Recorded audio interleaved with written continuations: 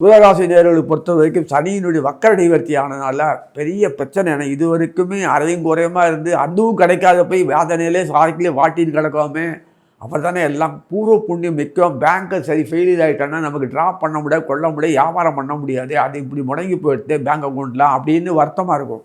பூர்வ புண்ணியம் பொறுத்த வரைக்கும் அதே மாதிரி தான். இவளுக்கு பூர்வ புண்ணிய நாள் சனீஸ்வரர் இப்படி முடங்கி போய் துஷ்டன் ராகுவோட உட்காந்துருக்கானே இருக்கிறத நம்ம பிடுங்கிட்டு போயிட்டான். நம்ம என்ன பண்ணுறது? ஆகாதான் அந்த மாதிரி முயப்பில் இருந்தவனுக்கு விடுதலை, பூர்ண விடுதலை, நிவாரணம் கிடைக்கிறது. இப்போது எப்படின்னா சனி வக்கரமாகி கார்த்திகை 1ஆம் தேதியில் ஆடுறதுனால பிரமாதமான அமைப்பில் கிருக்குன்னு ஓடுறது,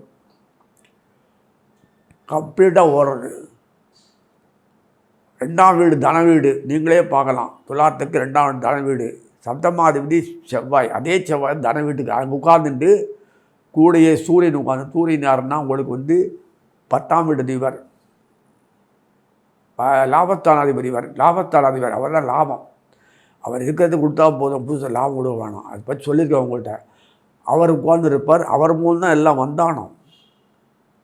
சனிக்கே எண்ணி தான் கொடுப்பாரு, அப்புறம் நமக்கு எங்கே கொடுக்க போகிறார்? அது நம்ம அதெல்லாம் கேட்கவே வேண்டாம். அதனால் இந்த 11ஆம் வீடு சம்மந்தப்பட்ட சூரியனானவர் உட்கார்ந்துருக்க சூரியனுக்கு அவரே லக்னமாக இருக்கிறனால 10, 12, 1, 2, 3லாம் கிடையாது. அதே சூரியனுக்கு சூரியன், செவ்வாய், சுக்கிரன், புதன், சனீஸ்வரருடைய பார்வை கிடைக்கிறது.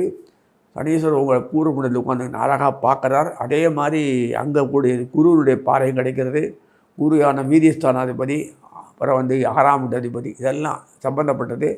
இங்கே பொதுவாக பார்க்கக்கூடிய விஷயனால சனீஸ்வரன் ஹேண்டு பலப்படுத்துறது. அசோசியேட் ஆஃப் சனீஸ்வரனோட சம்பந்தப்பட்ட அத்தனை பேரும் பலப்படுத்துகிறாங்க. பலப்படுத்தி செயல்படுத்தும் போது உங்களுக்கு பொக்கிஷங்கள் கொட்டும். என் பாத்திரம் சின்னதாக இருக்கே, நான் என்ன பண்ணுதுன்னா என்ன பண்ணுறது? நான் அறிவு இல்லையே, மற்றவொன்று கொடுங்க, மற்றவொன்று வேண்டி கொண்டு கொடுங்க, பினாமி ட்ரான்ஸ்ஃபர் பண்ணுங்க, அவ்வளோதான் சொல்ல முடியும். எல்லா விதமான ஏற்றமான அமைப்பு துலாத்துக்கு கிடைக்கிறது. வரும் பாக்கியத்தை பயன்படுத்தி கொள்வீர்கள்.